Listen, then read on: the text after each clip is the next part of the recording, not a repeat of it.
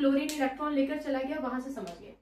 Chlorine जब इस electron को लेकर चला गया है तो अब कार्बन के पास, जिसके पास टोटल 6 इलेक्ट्रॉन थे, उस 6 इलेक्ट्रॉन्स की जगह अब इसके पास सिर्फ 5 ही इलेक्ट्रॉन तो बचे।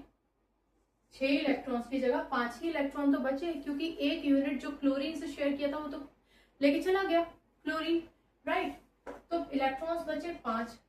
हाइड्रोजन अपने अपने इलेक्ट्रॉन को लेकर आए, 3 हाइड्रोजन आए, तो 5 + 3 टोटल। अब CH3 बनने के बाद कार्बन के पास टोटल इलेक्ट्रॉन की संख्या हो गई 8। क्लियर। प्रोटॉन की बात करते हैं।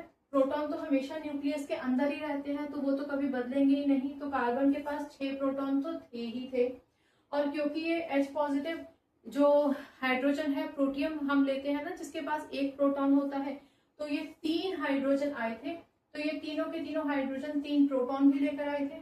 तो अल्टीमेटली प्रोटॉन की संख्या कितनी हो गई? 9। इलेक्ट्रॉन की संख्या कितनी रह गई? 8। याद रहेगा, कार्बन के पास अपने 6 इलेक्ट्रॉन थे, लेकिन क्लोरीन उसका एक शेयर्ड पेयर ऑफ इलेक्ट्रॉन, अपना तो क्लोरीन इलेक्ट्रॉन लेकर ही गया, पर हाइड्रोजन का भी लेके चला ही गया ना।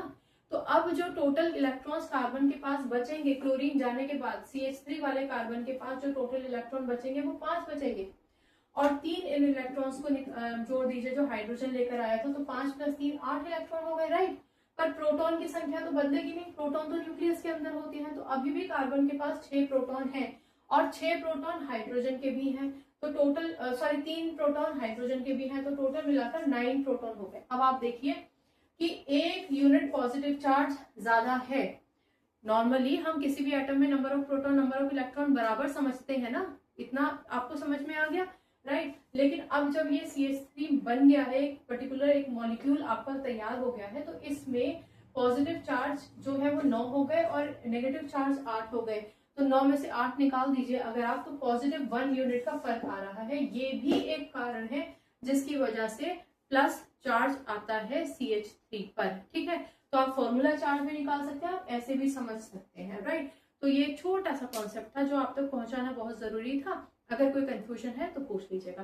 केमिस्ट्री से अपनी केमिस्ट्री अच्छी बनाइए, शिक्षा ले आइए। अगली बार मिलने तक अपना ख्याल रखिए, खुश रहिए, सकारात्मक रहिए, और आपकी जय हो, ऐसा काम जरूर कीजिए। नमस्कार, शुभ रात्रि।